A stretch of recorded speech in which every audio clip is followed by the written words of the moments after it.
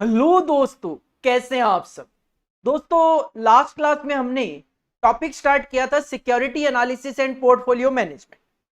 और security analysis and portfolio management में मैंने आपको बताया कि एक इन्वेस्टर जब ये एनालिसिस करता है कि हमें एक सिक्योरिटी में पैसा इन्वेस्ट करना चाहिए या नहीं करना चाहिए, तो वो उस सिक्योरिटी की रिटर्न और रिस्क कैलकुलेट करते हैं कि सिक्योरिटी से क्या एक्सपेक्टेड रिटर्न है, क्या रिटर्न आने की उम्मीद है और क्या वहां पे रिस्क है।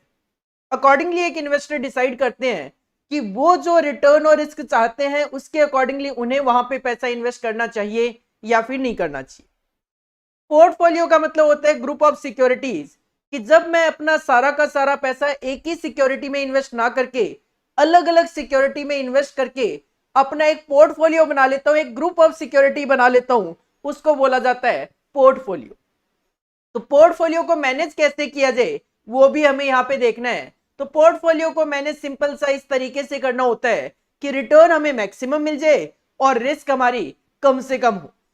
और इस सीक्वेंस में हमने सबसे पहले सिक्योरिटी का एनालिसिस लास्ट क्लास में स्टार्ट किया कि एक इन्वेस्टर सिक्योरिटी के एनालिसिस में एक सिक्योरिटी की रिटर्न कैलकुलेट कर सकते हैं, जिसका फॉर्मूला होता है year end value also known as sale value minus year beginning value, you can also say purchase cost, plus कोई भी dividend income, interest income divided by year beginning value multiply by 100 करके आप return निकाल सकते हो। अब होता क्या है, ये होते तो फ्यूचर के जस्ट एस्टिमेशन ही है कि मैं कहूं कि ईयर एंड वैल्यू 20 रुपए भी हो सकती है, 30 रुपए भी हो सकती है, 40 रुपए भी हो सकती है, तो अकॉर्डिंगली ये सिक्योरिटी रिटर्न भी वेरी करेगी।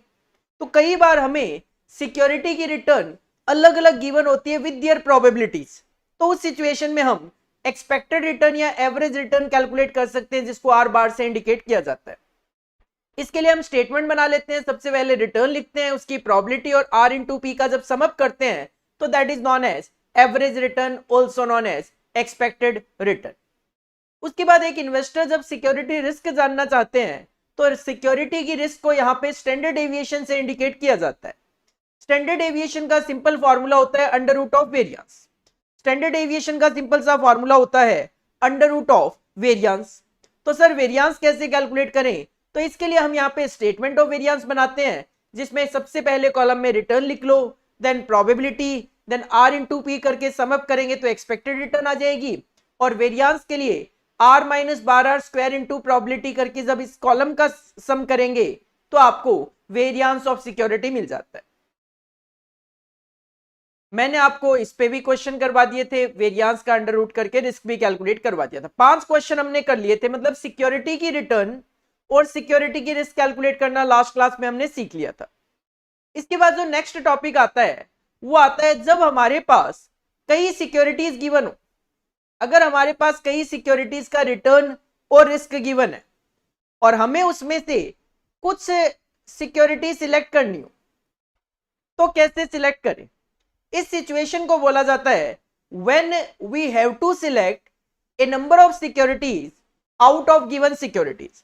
कि हमारे पास कुछ सिक्योरिटीज गिवन होगी, उसका सिक्योरिटीज का रिटर्न और रिस्क गिवन होगा, तो हमें उनमें से कुछ सिक्योरिटी सिलेक्ट करनी है।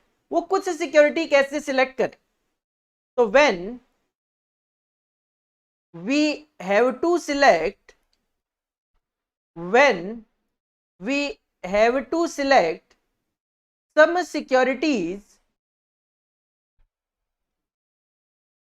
some securities out of given securities।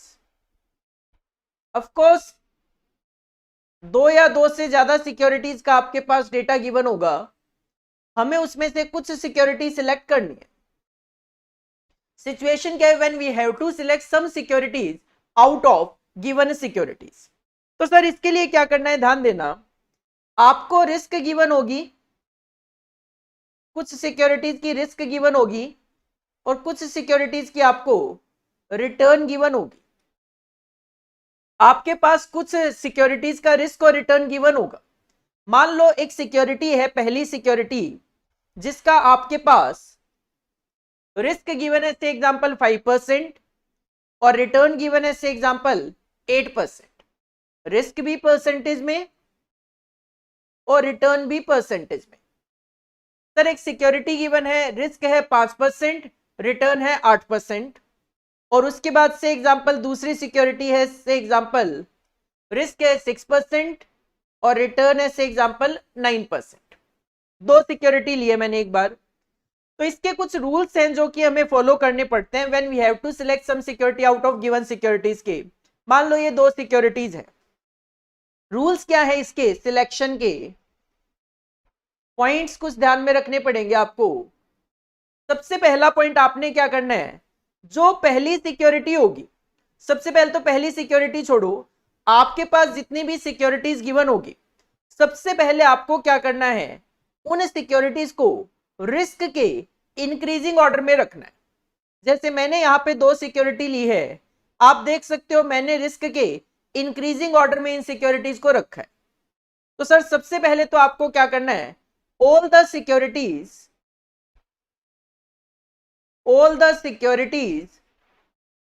should be placed,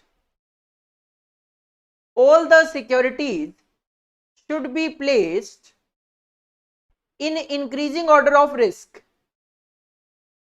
in increasing order of risk with their returns, with their returns। सबसे पहले तो आपको क्या करना है, जितनी भी आपके पास क्वेश्चन में सिक्योरिटीज गिवन हो उनको रिस्क के इंक्रीजिंग ऑर्डर में प्लेस कर लेना, और रिस्क के इंक्रीजिंग ऑर्डर के अकॉर्डिंगली जो भी उनकी रिटर्न होगी सामने रिटर्न भी लिख लेना। देन क्या करना है हमें, सबसे पहले जो फर्स्ट सिक्योरिटी होगी हम उसको सिलेक्ट कर लेते हैं, select the first security.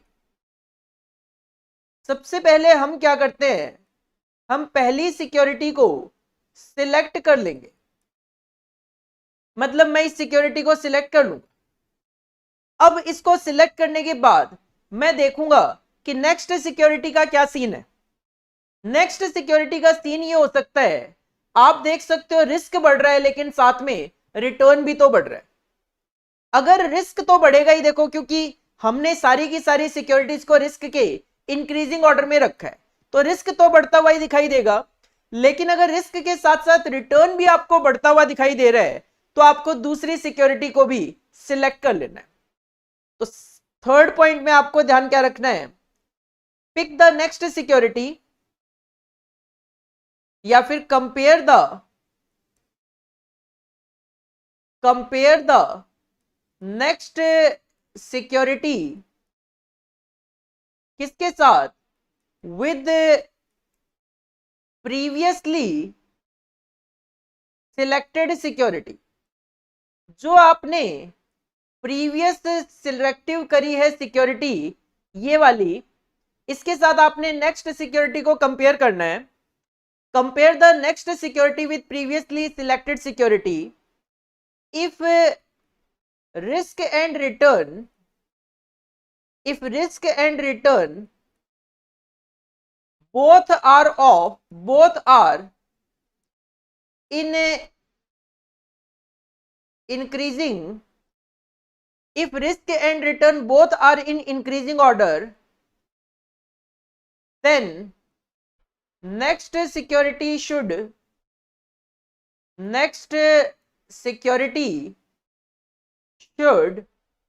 also be selected।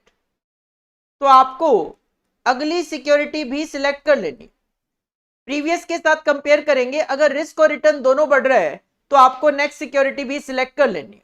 Sir ठीक है, नेक्स्ट सिक्योरिटी को हमें कंपेयर करना है प्रीवियस सिक्योरिटी के साथ, प्रीवियस सिलेक्टेड सिक्योरिटी के साथ। अगर रिस्क और रिटर्न दोनों बढ़ गया तो हमें ये सिक्योरिटी भी सिलेक्ट कर लेनी है। ठीक है, इसके बाद नेक्स्ट सिक्योरिटी देखेंगे। रिस्क तो देखो इंक्रीजिंग ऑर्डर में होगी, से एग्जांपल 7% है, और रिटर्न जो है से एग्जांपल 9% है। रिस्क बढ़ गई 7% लेकिन रिटर्न 9% ही है। तो अब हमें फिर से कंपेयर करना है नेक्स्ट सिक्योरिटी को प्रीवियसली के साथ। सिचुएशन क्या हो सकती है, अगर सिक्योरिटी का रिटर्न तो सेम है, रिस्क बढ़ रहा है, तो इसका मतलब एक तो मैं आपको कहूं सर 6% का रिस्क देगा आपको 9% की रिटर्न, एक आपको 9% के लिए 7% रिस्क बियर करना पड़ेगा। तो आप कौन सी सिक्योरिटी के लिए जाओगे, सर ऑफ कोर्स मैं अगर रिटर्न सेम है तो कम रिस्क वाले के साथ जाऊंगा, तो मैं 6% वाली सिलेक्ट करूंगा। तो मैं इसको और इसको कंपेयर कर रहा हूं, तो यही सिलेक्ट हो रही है, तो ये ऑलरेडी सिलेक्टेड थी, तो ये वाली क्या हो जाएगी, ये वाली सिक्योरिटी फिर हम ड्रॉप कर देंगे, मतलब इसको कंसीडर नहीं करेंगे। तो नेक्स्ट पॉइंट आपको क्या कंसीडर करना है, इफ,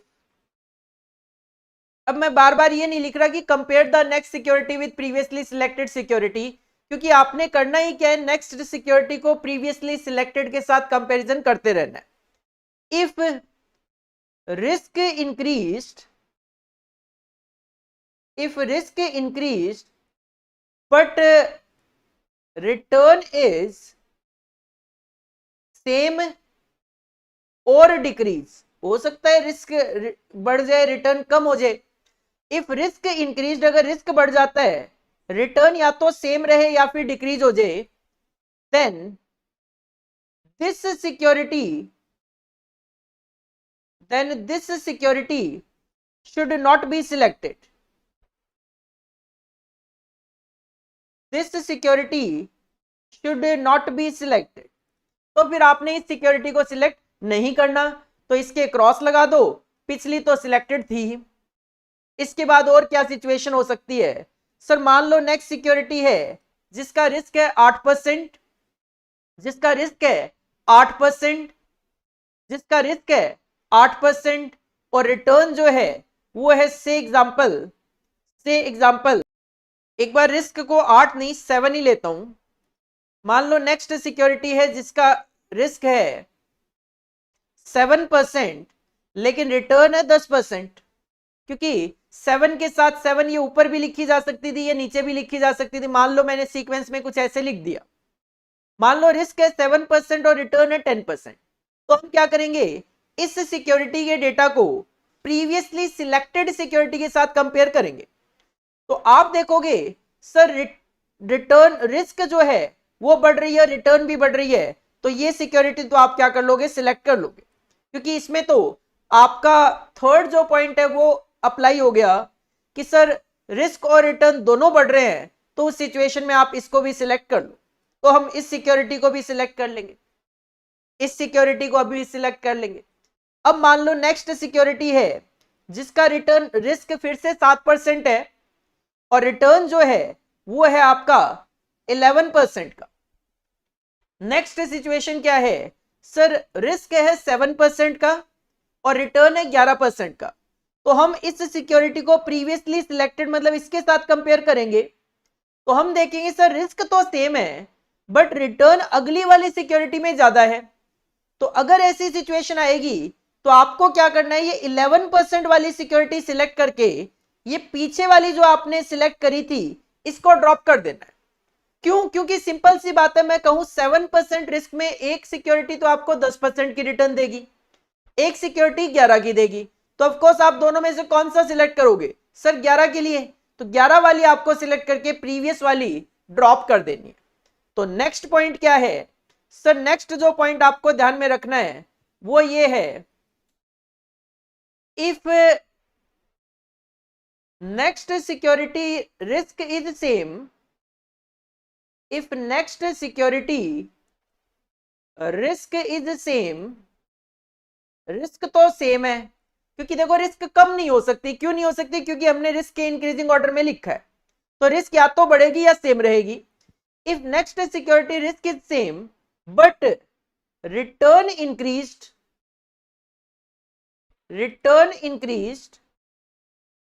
then this security, मतलब नेक्स्ट वाली जो हम बोल रहे हैं, this security should be selected, next security should be selected and previously selected security, जो जस्ट इससे पहले आपने सिक्योरिटी सिलेक्ट करी थी, previously selected security should be dropped. एक तरीके से आप अब क्या करने जा रहे हो, आप अपना पोर्टफोलियो बना रहे हो कि सर कौन कौन सी सिक्योरिटी मैं सिलेक्ट करूं जिससे मेरा रिस्क कम और रिटर्न मुझे ज्यादा मिले। तो बस ये मैक्सिमम टू मैक्सिमम आपको सिचुएशन देखने को मिल सकती है। तो कहानी क्या है दोबारा समझो कि अगर हमें कुछ सिक्योरिटीज गिवन होगी रिटर्न और रिस्क के साथ, तो हमें उनमें से कुछ सिक्योरिटी सिलेक्ट करनी हो तो करना क्या है सर, सबसे पहले सारी की सारी सिक्योरिटीज को रिस्क के इंक्रीजिंग ऑर्डर में लिख लो विद दियर रिटर्न। पहली सिक्योरिटी सिलेक्ट कर लो, नेक्स्ट सिक्योरिटी को प्रीवियस के साथ कंपेयर करो। मैक्सिमम टू मैक्सिमम क्या सिचुएशन हो सकती है सर, हो सकता है नेक्स्ट सिक्योरिटी का रिस्क और रिटर्न दोनों बढ़ रहा हो, तो अगली भी सिलेक्ट कर लो। पिछली तो सिलेक्टेड ही रहने देनी है, अगली भी सिलेक्ट कर लो। एक सिचुएशन हो सकती है कि रिस्क आपका बढ़ जाए बट रिटर्न जो है वो अगली सिक्योरिटी का कम हो जाए या फिर सेम रहे, तो सर ये जो सिक्योरिटी है this security should B not selected, this security should not be selected. अगर सिचुएशन ये हो गई कि सर रिस्क तो सेम है नेक्स्ट सिक्योरिटी का लेकिन रिटर्न बढ़ रही है, तो फिर नेक्स्ट वाली जो सिक्योरिटी है दिस सिक्योरिटी उसको सिलेक्ट कर लो और प्रीवियस वाली जो सिक्योरिटी है उसको आपने ड्रॉप कर देना। तो ये कुछ पॉइंट्स हैं जिनको ध्यान में रखते हुए हमारे पास जो गिवन सिक्योरिटीज होती है उनमें से हम कुछ सिक्योरिटीज सिलेक्ट कर सकते हैं। यहां पे जो सिक्योरिटीज सिलेक्ट होगी उनको एफिशिएंट सिक्योरिटीज बोला जाता है, और जो सिक्योरिटीज यहां पे सिलेक्ट नहीं हो पाती, जैसे आप देख रहे हो कि ये और ये सिक्योरिटी सिलेक्ट नहीं हो पा रही, तो ये जो सिक्योरिटीज है जो सिलेक्ट नहीं हो पा रही उनको बोला जाता है इनएफिशिएंट सिक्योरिटीज, और जो सिलेक्ट हो जाती है उनको बोला जाता है एफिशिएंट सिक्योरिटीज। तो मैं यहां पे लिख देता हूं कमेंट में selected securities are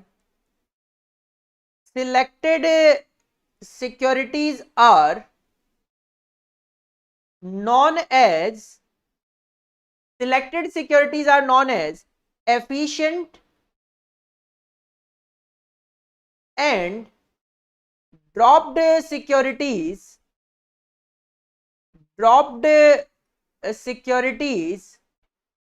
are known as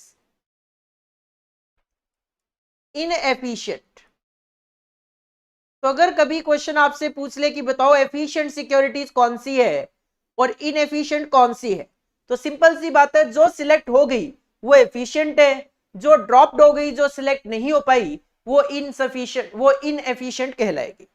heading put करनी है आपने when we have to select some securities out of given securities, और ये जो मैंने आपके सामने 3 स्लाइड्स रखी है ये आपने कॉपी करनी है। ये एक एग्जांपल दिया है मैंने जिसके थ्रू आपको सिचुएशन से समझाने की कोशिश करी है, बेटर आप इसको कॉपी करोगे तो आपको चीजें अंडरस्टैंड करने में ज्यादा इजी लगेगा। कॉपी करो इसको।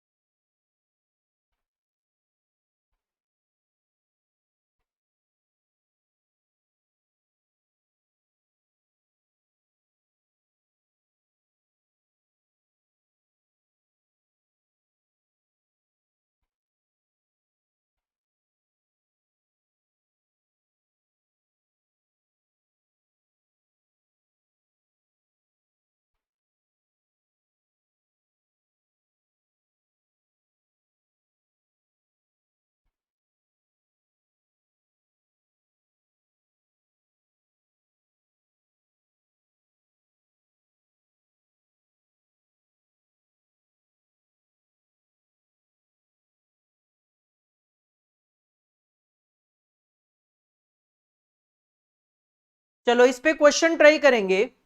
क्वेश्चन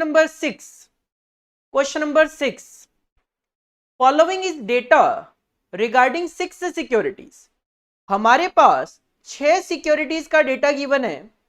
सिक्योरिटीज के नाम है ए, बी, सी, डी, ई और एफ। इन सिक्योरिटीज का हमें रिटर्न भी गिवन है और रिस्क भी गिवन है। Assuming 3 will have to be selected. Question ने यहाँ पे क्लियर किया है कि 3 आपको सिलेक्ट होनी है, यहाँ पे 3 सिलेक्ट करनी है। State which ones will be picked. तो बताओ वो 3 सिक्योरिटीज कौन सी यहाँ पे सिलेक्ट होनी है। तो 6 में से अगर 3 सिलेक्ट करनी है तो हमने जो स्टेप्स देखे हैं वो हमें अप्लाई करने पड़ेंगे। हेडिंग पुट करेंगे आंसर नंबर 6। हेडिंग पुट करेंगे आंसर नंबर 6। सबसे पहले हमें क्या करना है, सबसे पहले हमें सारी की सारी सिक्योरिटीज को रिस्क के इंक्रीजिंग ऑर्डर में रखना है और उसके साथ उनकी रिटर्न भी मेंशन कर लेनी है। रिस्क और return. Sir risk increasing order में रखनी है। कम से कम रिस्क क्या दिखाई दे रही है सर, कम से कम रिस्क दिखाई दे रही है 4 4, देन 5 5, देन 6, देन 12। तो 4 4 4% की 2 सिक्योरिटीज है, फिर 5% रिस्क की 2 सिक्योरिटी है, एक है 6% रिस्क की सिक्योरिटी और एक है 12% रिस्क की सिक्योरिटी। सर 4% रिटर्न वाली सिक्योरिटी, रिस्क वाली सिक्योरिटीज की रिटर्न है 8 4, 8% 4%। 5% रिस्क वाली सिक्योरिटी की रिटर्न है 8 और 9%, 8 और 9%। 6% रिस्क की सिक्योरिटी का रिटर्न है 8% और 12% रिस्क वाली सिक्योरिटी की रिटर्न है 12%। सर इंक्रीजिंग ऑर्डर में लिख लिया। अब आप रूल्स अप्लाई करना शुरू कर दो। सबसे पहले यही कहते हैं रूल में कि सबसे पहली सिक्योरिटी आप सिलेक्ट कर। सर कर ली। अब नेक्स्ट सिक्योरिटी को कंपेयर करो प्रीवियसली सिलेक्टेड के साथ। आप देखोगे रिस्क तो सेम है, रिटर्न कम हो रही है। तो सिंपल सी बात यह है कि अगर इन 2 सिक्योरिटीज में कंपैरिजन करना हो, रिस्क दोनों की सेम है, तो आप कौन सी सिक्योरिटी सिलेक्ट करोगे सर? 8% वाली। जैसे ही 8 वाली सिलेक्ट करोगे ये ऑटोमेटिकली आपकी ड्रॉप हो जाएगी। तो ये कौन सी सिचुएशन है सर? रिस्क तो सेम है लेकिन रिटर्न कम हो रही है। रिस्क तो सेम है बट रिटर्न क्या हो रही है? कम हो रही है। रिस्क सेम है, रिस्क सेम है और रिटर्न जो है वो कम हो रही है। तो उस सिचुएशन में हमें इस सिक्योरिटी को ड्रॉप कर देना है। नेक्स्ट सिक्योरिटी को कंपेयर करेंगे प्रीवियसली सिलेक्टेड के साथ। सिलेक्टेड के साथ कंपेयर करना है, ध्यान देना है। रिस्क आप देख रहे हो बढ़ रही है लेकिन रिटर्न उतनी ही है। अब मैं आपको कहूं कि 2 सिक्योरिटीज आपके सामने, रिटर्न तो दोनों में 8-8% है लेकिन रिस्क एक में 4 है और एक में 5 है। तो क्या आप 5 के साथ जाओगे? ऑफ कोर्स नहीं सर। आप कहोगे जब रिटर्न 8% ही मिलनी है तो कम रिस्क के साथ जाऊंगा, तो 4% के साथ ही आप जाओगे। तो जो सिक्योरिटी सिलेक्टेड है वो सिलेक्टेड रहेगी, ये वाली आप छोड़ दोगे क्योंकि इसमें रिस्क आपकी बढ़ रही है और रिटर्न उतनी ही है। इसके बाद नेक्स्ट सिक्योरिटी में अगर देखें जो कि प्रीवियसली सिलेक्टेड के साथ कंपेयर करें तो रिस्क बढ़ रहा है सर लेकिन साथ में रिटर्न भी तो बढ़ रहा है। अगर रिस्क और रिटर्न दोनों बढ़ रहे हैं तो हमें ये सिक्योरिटी भी सिलेक्ट कर लेनी चाहिए। तो सर ये भी सिलेक्ट हो गई। अब नेक्स्ट को कंपेयर करना है प्रीवियसली सिलेक्टेड। अब इसके साथ कंपेयर करना है। सर आप देख सकते हो रिस्क तो बढ़ रही है, रिटर्न कम हो रही है। तो अगर आपको मैं कहूं कि सिलेक्ट करो एक सिक्योरिटी जिसकी 5% रिस्क है, आपको 9% की रिटर्न देगी। एक सिक्योरिटी जिसमें 6% की रिस्क है, रिस्क बढ़ जाएगी लेकिन रिटर्न कम मिलेगी। तो क्या आप 6 और 8 के साथ जाना चाहोगे? Sir answer is no. Risk बढ़ रही है, रिटर्न कम हो रही है, तो बेवकूफ थोड़ी ना हम ये सिक्योरिटी सिलेक्ट करेंगे, इसको ड्रॉप कर दो। और नेक्स्ट सर 12% आप देख सकते हो रिस्क बढ़ रही है लेकिन रिटर्न भी तो बढ़ रही है, और जब रिस्क और रिटर्न दोनों बढ़ती है तो हम ये वाली सिक्योरिटी भी सिलेक्ट कर लेते हैं। क्वेश्चन ने क्या कहा था? 3 सिलेक्ट होनी है। सर 3 सिलेक्ट हो गई, कौन कौन सी है? तो सर ये सिक्योरिटीज के नाम लिख देता हूं मैं यहां पे। 4% विद 8% रिटर्न। सर ये है सिक्योरिटी ए। एक तो सिक्योरिटी ए सिलेक्ट हो रही है। 5% रिस्क विद 9% रिटर्न, सर ये ई सिक्योरिटी है, और 12 वाली है सी। तो सर ये 3 सिक्योरिटी सिलेक्ट हो रही है, बाकी आप यहां पे ड्रॉप कर दोगे। आप चाहो तो बाकियों के नाम भी मेंशन कर सकते हो। 4 वाली सिक्योरिटी है डी, और 5 वाली सिक्योरिटी है आपकी बी, और 6 वाली सिक्योरिटी है आपकी एफ। तो सर ए, ई और C, these 3 security should be selected. अगर आपको रूल से पता है और रूल नहीं भी पता है तो मैं कहूं सिंपल सी कॉमन सी बात है, आप कंपेयर करके देखो रिस्क और रिटर्न को, आप आंसर इजीली बता सकते हो। हेडिंग पुट करो आंसर नंबर 6 और इस आंसर को आप कॉपी कर लीजिए। बस सिलेक्ट करके बतानी है आपको सिक्योरिटी, आपको रूल पता होने चाहिए।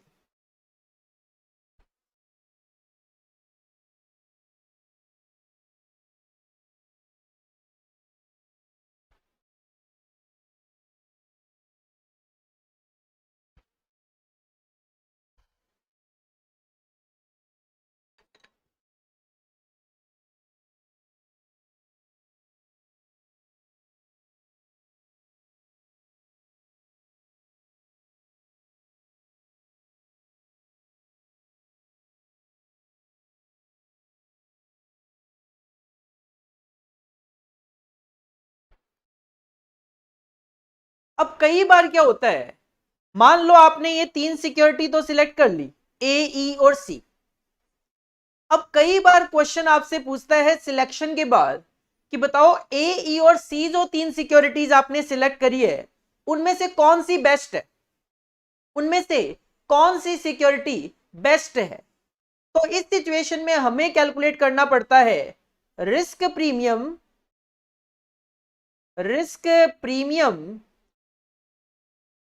As a proportion of risk premium as a proportion of risk, कि आपको किस सिक्योरिटी में कितना रिस्क प्रीमियम मिल रहा है as a proportion of risk. Situation लिख देता हूं कि ये हमें कब कैलकुलेट करना है। If we have to select the best security, if we have to select the best security out of selected securities, जैसे पिछले क्वेश्चन में हमने 3 सिक्योरिटी सिलेक्ट करी है, लेकिन उन 3 में से भी अगर आपको बोल दिया जाए कि बताओ ये 3 में से बेस्ट कौन सी है, if we have to select the best security out of selected security, then risk premium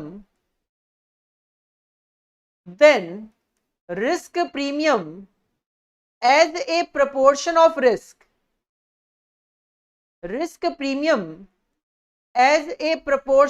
risk should be calculated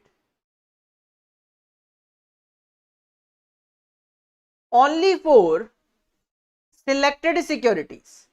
सारी की सारी सिक्योरिटीज के लिए कैलकुलेट नहीं करना, जो सिलेक्टेड सिक्योरिटीज है, जैसे अपने पिछले क्वेश्चन में 3, तो उन तीनों के लिए ही केवल आपको risk premium as a proportion of risk calculate करना है, only for the selected security. Sir कैसे कैलकुलेट करें? रिस्क प्रीमियम का मतलब है बेनिफिट एक तरीके से as a proportion of risk, मतलब कितनी रिस्क बियर करके मुझे कितना रिस्क प्रीमियम मिल रहा है। तो इसका सिंपल सा फॉर्मूला होता है रिस्क प्रीमियम अपॉन में रिस्क,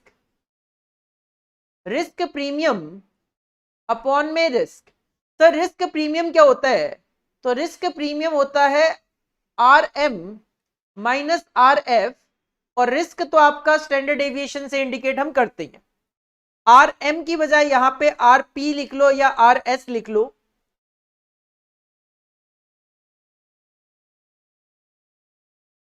RS रिस्क प्रीमियम क्या होता है? RS माइनस RF अपॉन में रिस्क। देखो रिस्क तो स्टैंडर्ड डेविएशन है, ये अपने को पता है। सर RS क्या होता है? तो RS होता है रिटर्न ऑफ सिक्योरिटी। कई बार सिक्योरिटी की जगह आपको अलग अलग पोर्टफोलियो दिए हुए होते हैं, तो वहां पे रिटर्न ऑफ पोर्टफोलियो आप लिख सकते हो। और RF होता है risk free return, risk free return. Of course risk free return आपके लिए वर्ड नया नहीं है, क्योंकि हम ऑलरेडी इसको CAPM वगैरह में यूज करते हैं, पीछे भी मतलब यूज करा हुआ होता है आपने कहीं ना कहीं। रिस्क फ्री रिटर्न की अगर मैं बात करूं, सर गवर्नमेंट के बॉन्ड्स, ट्रेजरी बिल्स, ये जितने FD का इंटरेस्ट रेट, ये क्या होते हैं, रिस्क फ्री रेट होते हैं। और सिक्योरिटी रिटर्न, जो आप एक सिक्योरिटी से रिटर्न एक्सपेक्ट करते हो, वो सिक्योरिटी की रिटर्न है। तो सिंपल सी बात यह है कि मैं कहूं, मैं अगर बैंक में डिपॉजिट कराऊंगा पैसा, मुझे मिलेगा 6% इंटरेस्ट, और अगर मैं इस सिक्योरिटी में पैसा डालूंगा तो मुझे मिलेगा 10%। तो आपको 4% जो मिल रहा है वो क्या है, प्रीमियम। सर क्यों? क्योंकि मैं उसकी रिस्क बियर कर रहा हूं, जिसकी वजह से इसको रिस्क प्रीमियम बोला जाता है, RS माइनस RF। अपॉन में रिस्क तो स्टैंडर्ड एविएशन आपका होता ही है। कब कैलकुलेट करना है? जब आउट ऑफ सिलेक्टेड सिक्योरिटीज में से आपको बेस्ट सिक्योरिटी सिलेक्ट करने के लिए बोला जाए। सर ये risk premium as a proportion of risk ज्यादा हो तो अच्छा है कि कम हो तो अच्छा है? आप खुद सोच के देखो कि मुझे प्रीमियम में जो मिले, मुझे जो रिस्क के बदले में प्रीमियम मिले, वो ज्यादा हो तो अच्छा है कि कम हो तो अच्छा है? सर वो जितना ज्यादा हो उतना अच्छा है। तो यहां पे मैं डिसीजन का क्राइटेरिया लिख देता हूं, क्या है? तो डिसीजन कैसे देना है? The security with highest risk premium, the security with highest risk premium as a proportion of risk, as a proportion of risk should be selected। वो सिक्योरिटी जिसमें risk premium as a proportion of risk सबसे ज्यादा आएगा, highest आएगा, वो security आपने select करनी है। हेडिंग पुट कर लो, risk premium as a proportion of risk। कब कैलकुलेट करना है, क्या फॉर्मूला है, और क्या डिसीजन का क्राइटेरिया है, ये सब मैंने यहां पे लिख दिया है। इसको आप कॉपी करो, देन इसके बाद एक क्वेश्चन भी ट्राई कर लेंगे, क्लैरिटी ज्यादा आ जाएगी।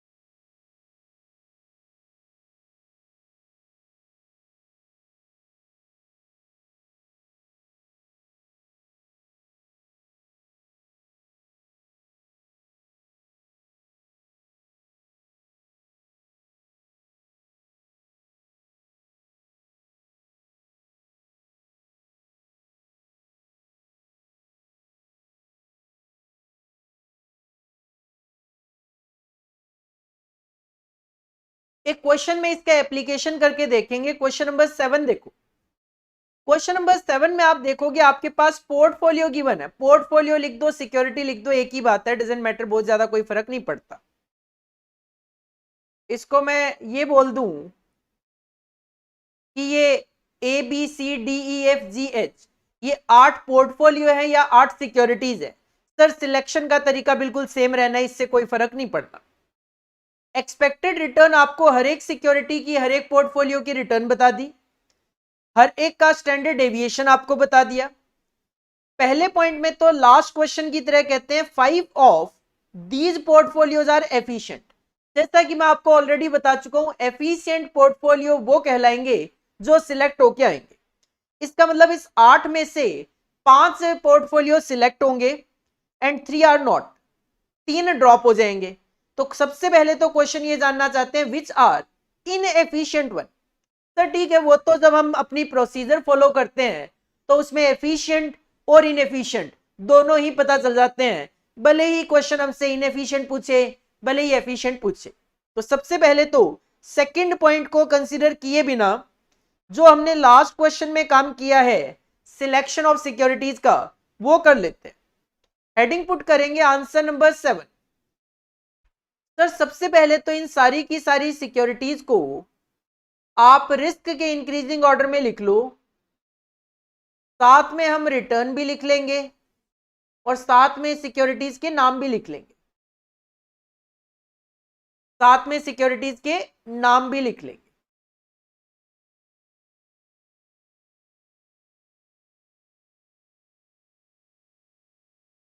रिस्क के इंक्रीजिंग ऑर्डर में लिखना है सबसे लोएस्ट रिस्क।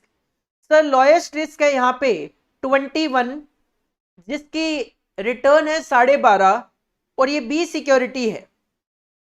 21 रिस्क है, 12.5 रिटर्न है और ये है बी सिक्योरिटी। 21 के बाद नेक्स्ट है 23, रिटर्न है 10, सिक्योरिटी है ए। 23, 10 एंड सिक्योरिटी ए। 23 के बाद नेक्स्ट है 25, 25 रिस्क है, रिटर्न है 15 और नाम है सिक्योरिटी का सी। 25, 15 और सिक्योरिटी का नाम है सी। 25 के बाद नेक्स्ट है 29, 29 की दो securities, 29, 16 D, 29, 16 is the return, name of the security is D और नेक्स्ट 29 की सिक्योरिटी है 29, 17 और ई। 29, 17 और ई, कोई दिक्कत नहीं, आप इसको ऊपर नीचे कर लोगे, कोई किसी तरीके का डिसीजन में कोई चेंज नहीं आना। 29 के बाद है 32, 18 एफ, 32, 18 एफ।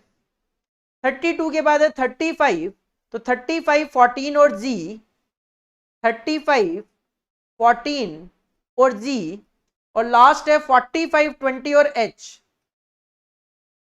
45, 20 और सिक्योरिटी का नाम है एच। रूल्स अप्लाई करेंगे सर, सबसे पहले जो फर्स्ट सिक्योरिटी है हम उसको सिलेक्ट कर लेते हैं, देन नेक्स्ट सिक्योरिटी को प्रीवियस सिक्योरिटी के साथ कंपेयर करेंगे। सर रिस्क तो बढ़ रहा है बट रिटर्न कम हो रहा है, तो रिटर्न कम हो रहा है तो हम ऐसी कोई सिक्योरिटी सिलेक्ट नहीं करेंगे जिसमें रिटर्न कम हो रहा हो।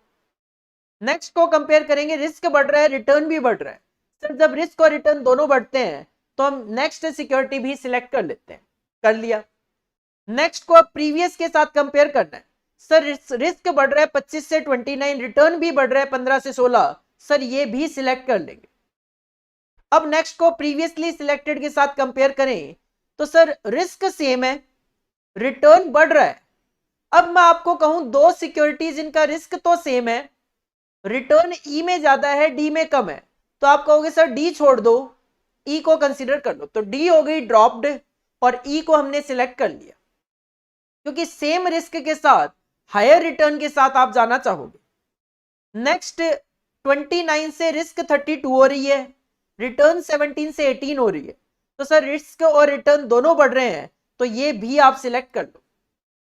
नेक्स्ट को प्रीवियस के साथ कंपेयर करेंगे, सर रिस्क बढ़ रहा है लेकिन रिटर्न कम हो रहा है, रिस्क बढ़ रहा है रिटर्न कम हो रहा है, हम ऐसी कोई सिक्योरिटी सिलेक्ट नहीं करते जिसमें रिटर्न कम हो रहा। और लास्ट है सर 45 को 32 के साथ कंपेयर करना है, रिस्क बढ़ रहा है रिटर्न भी तो बढ़ रहा है, तो सर ये भी सिलेक्ट हो जाएगी। तो क्वेश्चन ने पूछा है इनएफिशिएंट सिक्योरिटी कौन सी है। सर इनएफिशिएंट सिक्योरिटी है ए, डी और G, these are the inefficient securities. और सिलेक्ट कौन कौन सी हो रही है, सर एफिशिएंट है बी, सी, ई, एफ और H. I will suggest you, पहले आप आंसर नंबर 7 का ये जो फर्स्ट रिक्वायरमेंट है क्वेश्चन की, इसको कॉपी करो ताकि आप सेकंड पॉइंट को ज्यादा बेटर तरीके से अंडरस्टैंड कर सकोगे। इसमें डिसीजन क्या हुआ है, सर जहां पे करेक्ट का साइन है वो सिलेक्टेड सिक्योरिटीज है, और जिनको मैंने सर्कल कर दिया है वो है इनएफिशिएंट सिक्योरिटी जो हमने सिलेक्ट नहीं करी है। हेडिंग पुट करो आंसर नंबर 7, पहले आप इसको कॉपी करो, उसके बाद मैं आपको सेकंड पॉइंट रीड करवाता हूं और उसको सॉल्व भी करते हैं।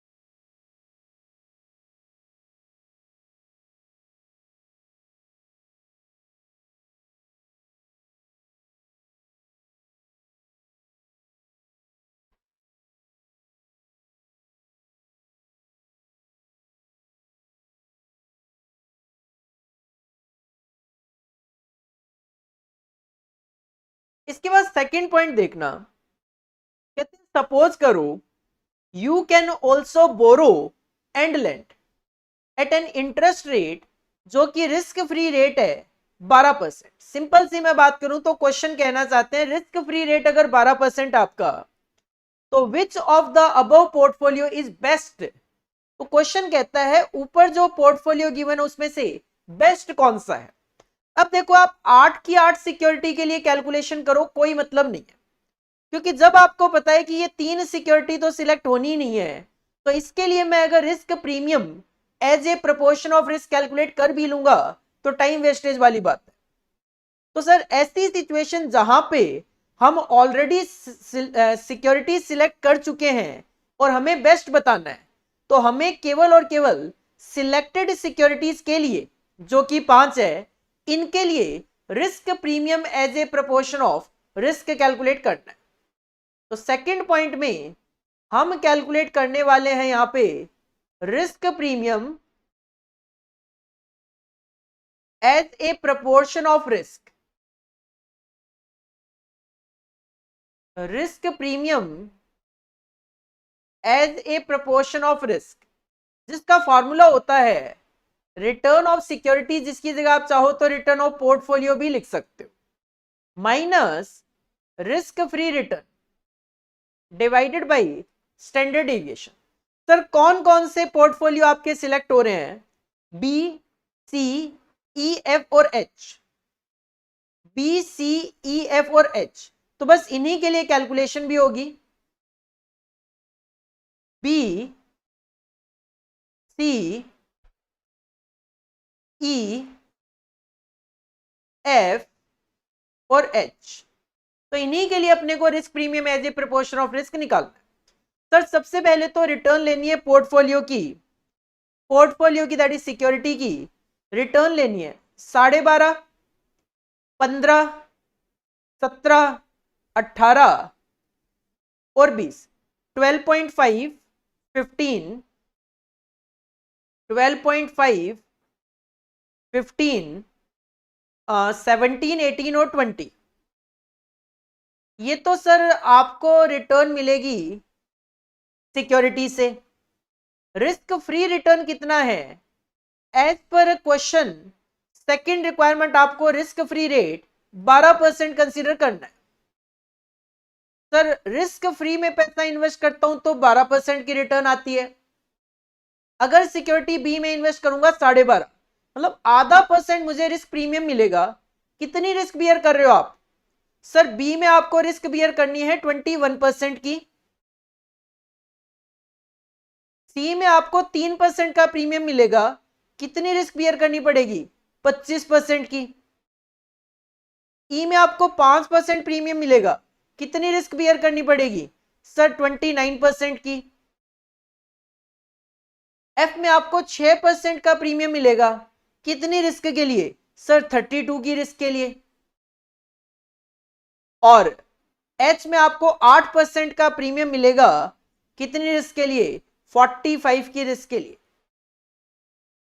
तो सर कैलकुलेशन कर लो risk premium as a proportion of risk, जो कि काफी कम है बी में, ये 0.02 है, मतलब ये है कि 1% की रिस्क के बदले आपको यहां पे 0.02 का एक्स्ट्रा रिटर्न मिलेगा।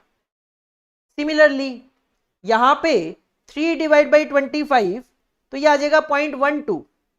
इसका मतलब ये है कि आपको 1% की रिस्क के बदले में सी में 0.12 का एक्स्ट्रा प्रीमियम मिलेगा, एक्स्ट्रा रिटर्न मिलेगा। ई में है 5/29 0.17। तो सिक्योरिटी ई में आपको 1% की रिस्क के बदले में 0.17% का एक्स्ट्रा रिटर्न मिलेगा। नेक्स्ट है 6/32 दैट विल बी 0.1875, जिसको राउंड ऑफ में आप 0.19 भी लिख सकते हो। मतलब सिक्योरिटी एफ में 1% की रिस्क के बदले में आपको 0.19% का एक्स्ट्रा रिटर्न मिलेगा। और लास्टली 18/45 इट विल कम 0.4। मतलब सिक्योरिटी एच में आपको 1% की रिस्क के बदले में 0.4% का एक्स्ट्रा रिटर्न मिलेगा। तो sir risk premium as a proportion of risk सबसे ज्यादा है एच में। तो क्वेश्चन ने क्या कहा, which of the above portfolio is best? तो सर आंसर होगा portfolio H is best. Portfolio H is best due to highest risk premium as a proportion of risk. तो इस तरीके से आप risk premium as a proportion of risk calculate कर सकते हो उन सिक्योरिटीज के लिए जो आपने सिलेक्ट करी है, और जहां पे आपको risk premium as a proportion of risk maximum दिखाई दे, that portfolio that security will be best.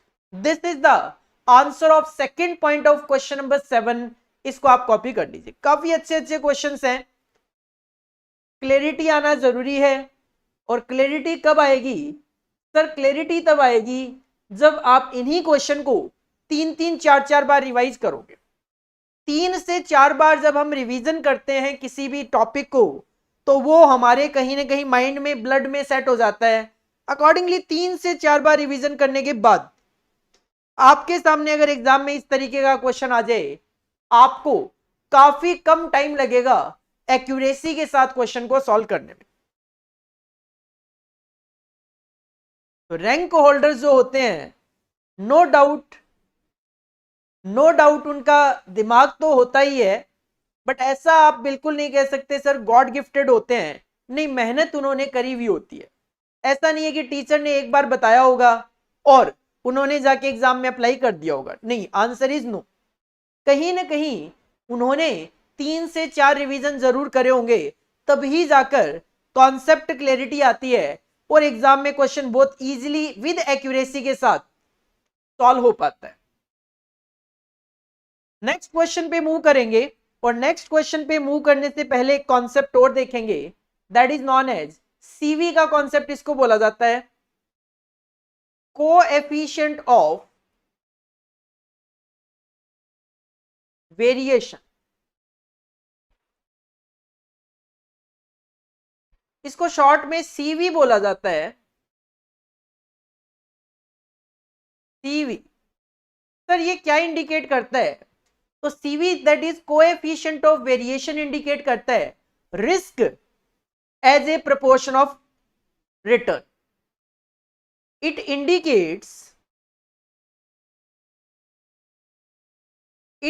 indicates risk as a proportion of return। ध्यान देना, अभी आपने जो देखा था वो अलग था और ये अलग है। जो आप अभी देखकर आए वो था रिस्क प्रीमियम, ये है रिस्क। वो था as a proportion of risk, ये है as a proportion of return. तो सीवी क्या इंडिकेट करता है? सर कोएफिशिएंट ऑफ वेरिएशन कहता है 1% की रिटर्न कमाने के लिए, 1% की रिटर्न कमाने के लिए आपको कितना रिस्क बियर करना पड़ेगा, that is known as CV, risk as a proportion of return. तो sir how to calculate CV? तो सीवी कैलकुलेट करने का सिंपल सा formula risk as a proportion of return, मतलब standard deviation divided by return. अब इसके अंदर आप देख सकते हो सर रिस्क ऊपर है, रिस्क न्यूमरेटर में है और रिटर्न नीचे है, तो यहां पे इंडिकेशन यह है कि 1% की रिटर्न को कमाने के लिए कितना परसेंट रिस्क बियर करना पड़ेगा। तो सीवी कम हो तो अच्छा है कि ज्यादा हो तो अच्छा है? सर सीवी जितना कम हो उतना अच्छा है। 1% की रिटर्न कमाने के लिए जितना कम रिस्क बियर करना पड़े उतना एक इन्वेस्टर के लिए बेटर है। तो डिसीजन का क्राइटेरिया क्या होगा? सर डिसीजन का क्राइटेरिया ये होगा कि security with lower CV should be selected. Security with lower CV, lower coefficient of variation should be selected. SFM की प्रॉब्लम यही है कि यहां पे नाम से कोई आइडिया लगाना बड़ा मुश्किल होता है। नाम से आइडिया लगाना मुश्किल है सर, कोएफिशिएंट ऑफ वेरिएशन नाम से कोई आइडिया नहीं लग रहा, तो अपने को इन चीजों का मीनिंग पता होना चाहिए। सर सीवी का मतलब होता है risk as a proportion of return. Accordingly formula बना standard deviation upon mean return. अगर ऊपर स्टैंडर्ड एविएशन है तो जितना कम हो रिस्क उतना ज्यादा बेटर है, तो सीवी जितना कम हो उतना एक ऑर्गेनाइजेशन के इन्वेस्टर के लिए बेटर है। तो एज ए इन्वेस्टर हम लोअर सीवी सिक्योरिटी सिलेक्ट करते हैं। हेडिंग पुट कर लो कोएफिशिएंट ऑफ वेरिएशन, और आपके सामने जो स्लाइड है इसको आप कॉपी कीजिए, देन हम इस पे क्वेश्चन ट्राई करेंगे।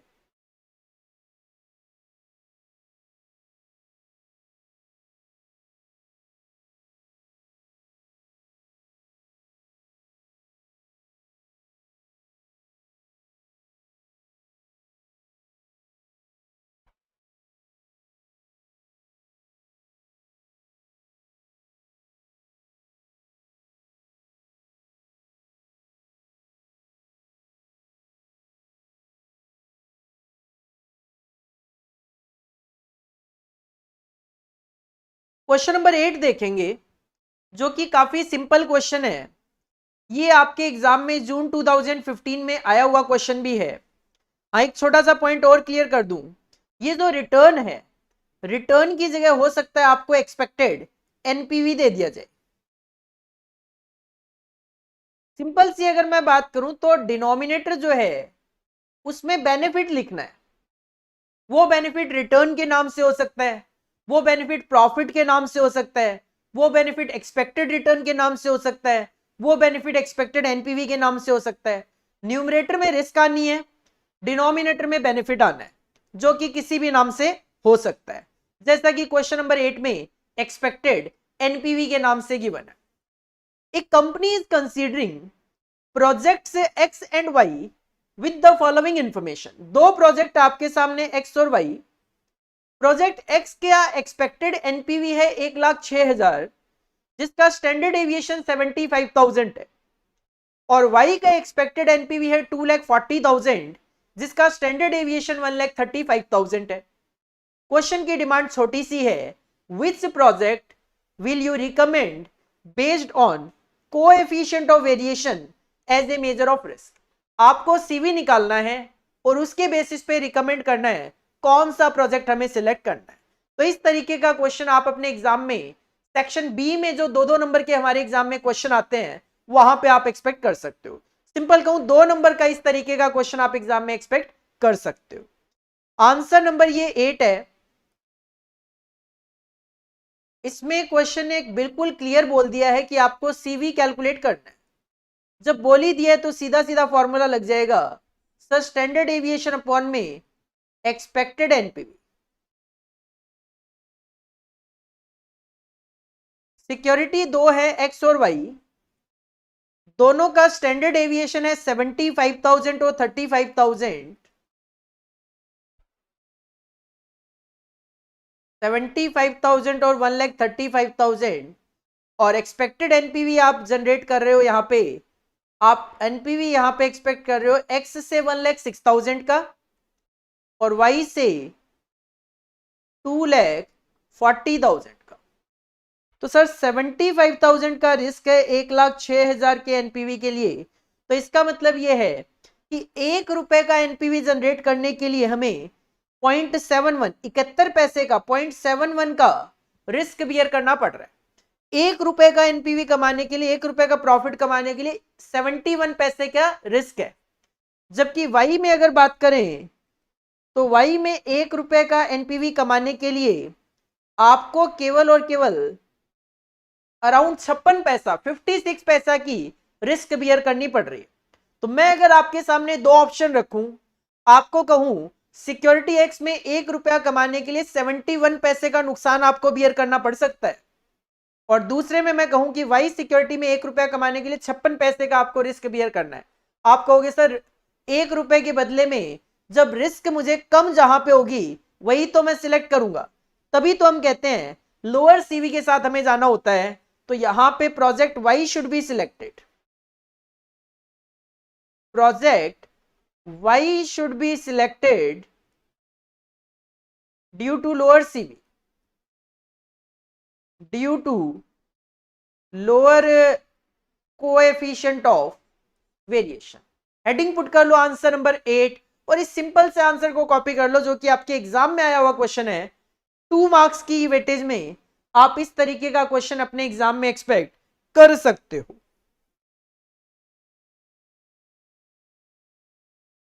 ये क्वेश्चन ओल्ड सिलेबस में आया हुआ है, बट ओल्ड न्यू कोई फर्क नहीं पड़ता, सिलेबस चेंज होते हैं बट क्वेश्चंस जो है जस्ट डिलीट और ऐड होते हैं, बट जो बेसिक क्वेश्चन होते हैं वो हमेशा एग्जाम में इसी तरीके से पूछे जाते रहते हैं, भले ही सिलेबस चेंज होता रहे।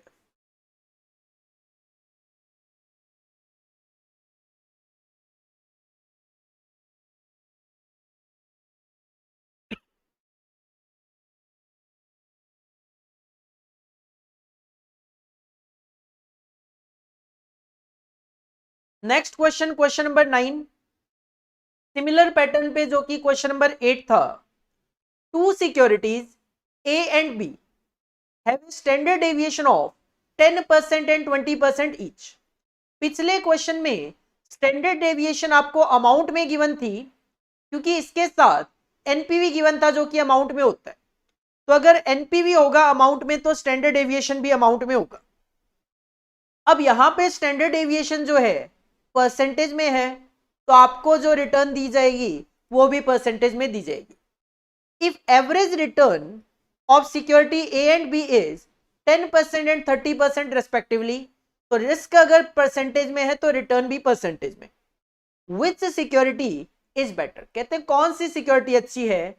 Give decision on the basis of coefficient of variation, decision आपने सीवी के बेसिस पे देना है। तो सर बिल्कुल सेम लाइन पे जो कि क्वेश्चन नंबर 8 आपने सॉल्व किया, 9 को सॉल्व कर लो।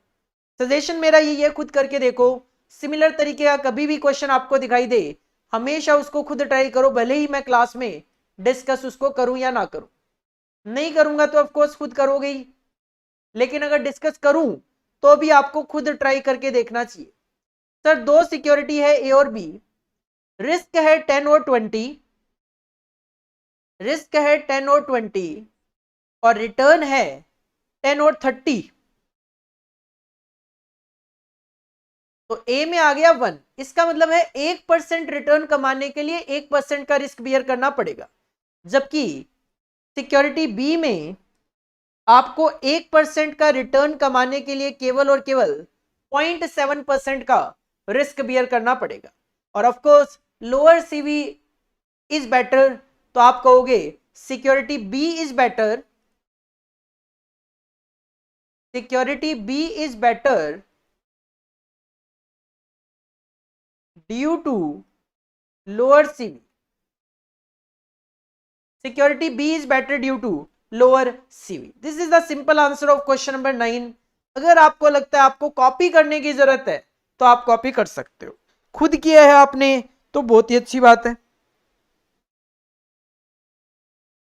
तो हमेशा जब भी आपको लगे कि सर ये क्वेश्चन बिल्कुल सेम जो हमने पीछे किया, हमेशा खुद अपने आप एज ए होमवर्क उसको करने की कोशिश करो। कई बार हम होमवर्क दे देते हैं, कई बार हम करवा देते हैं। करवाने के पीछे मेन पर्पज ये होता है कई बार क्या है, बच्चा पीछे का बस कॉपी करता रहता है, उस चीजों को समझता नहीं है। क्वेश्चन नंबर 8 करवाया, क्वेश्चन नंबर 9 डाउट में आ जाता है। क्यों?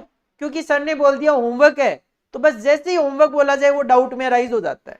इस वजह से काफी बार कम हम क्या है, प्रैक्टिस पॉइंट ऑफ व्यू से maximum to maximum question solve करवा देते हैं अगर पॉसिबल हो तो।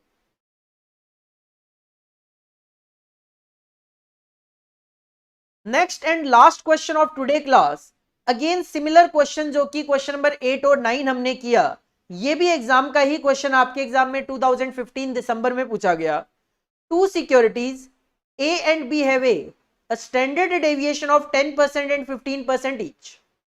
If average return of security A and B is 12 and 20% respectively, so which security is better and give decision on the basis of coefficient of variation. अब अगर आप कहो कि सर ये क्वेश्चन हम नहीं कर पाएंगे, तो ये तो बात गलत हो जाएगी, क्योंकि ये क्वेश्चन और क्वेश्चन नंबर 9 जो है, क्या फर्क है दोनों में? सर कोई फर्क नहीं है, केवल और केवल फिगर्स में ही तो चेंज है। और क्या लगता है आपको, एग्जामिनर फिगर चेंज नहीं करेगा? ऑफ कोर्स करेगा, एग्जामिनर का राइट है, कम से कम फिगर चेंज करने का तो राइट है ही। हाँ, क्वेश्चन आपसे वो वही पूछेगा जो उन्होंने आपको स्टडी मटेरियल में दिए, वर्कबुक में दिए, एमटीपी में दिए, आरटीपी में दिए, लेकिन फिगर्स तो देखो चेंज करेगा। स्टैंडर्ड डेविएशन है सर 10% और 15%, और रिटर्न की बात करें तो 12 और 20। तो सिक्योरिटी ए में आपको 1% की रिटर्न कमाने के लिए 0.83% की रिस्क बियर करनी पड़ेगी, जबकि बी में केवल 0.75 है, तो security B is better. Security B is better due to lower सी।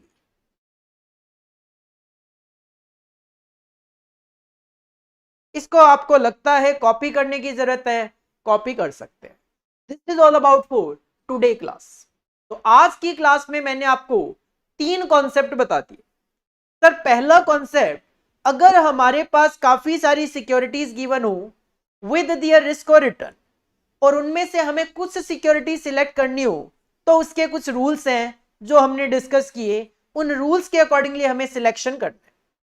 अब जो सिक्योरिटी सिलेक्ट होकर आई, अगर उसमें से हमें बेस्ट सिलेक्ट करना है, तो हमें कैलकुलेट करना है risk premium as a proportion of risk, जिसका सिंपल सा फॉर्मूला है return of security minus risk free rate divided by standard deviation. जितना ज्यादा उतना अच्छा है, तो जिस सिक्योरिटी का risk premium as a proportion of risk highest आएगा, दैट विल बी बेस्ट। इसके अलावा अगर हमारे पास कुछ सिक्योरिटीज का रिस्क और रिटर्न गिवन हो और हमें सीवी के बेसिस पे सिलेक्शन करना हो, अगर हमें सीवी के बेसिस पे सिलेक्शन करना हो कौन सी बेस्ट है, तो आप सीवी कैलकुलेट कर लो। सीवी का मतलब होता है risk as a proportion of return, standard deviation upon में as a proportion of return या फिर एक्सपेक्टेड एनपीवी। जितना कम हो सीवी उतना बेटर होता है, तो security with lower CV should be selected.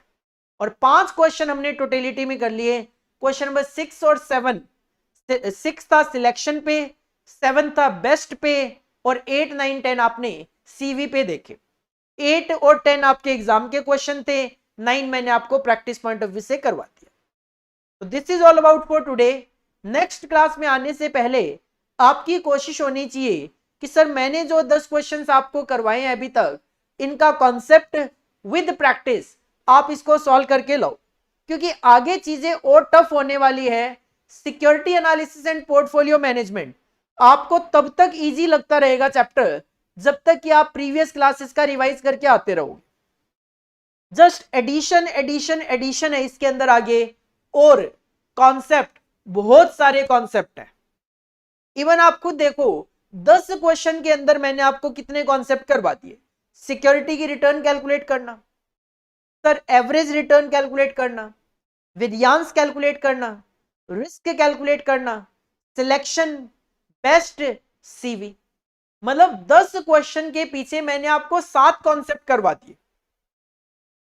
तो यहां पे काफी सारे कॉन्सेप्ट्स हैं, काफी सारी वैरायटीज ऑफ क्वेश्चन आगे आने वाली है। जो कि आप बहुत इजीली अंडरस्टैंड कर लोगे, ग्रैब कर लोगे अगर आप पीछे का रिवीजन करके आते रहोगे। तो मिलते हैं नेक्स्ट क्लास में इस होप के साथ कि आप ये 10 क्वेश्चन रिवाइज करके आओगे। Thank you, bye bye.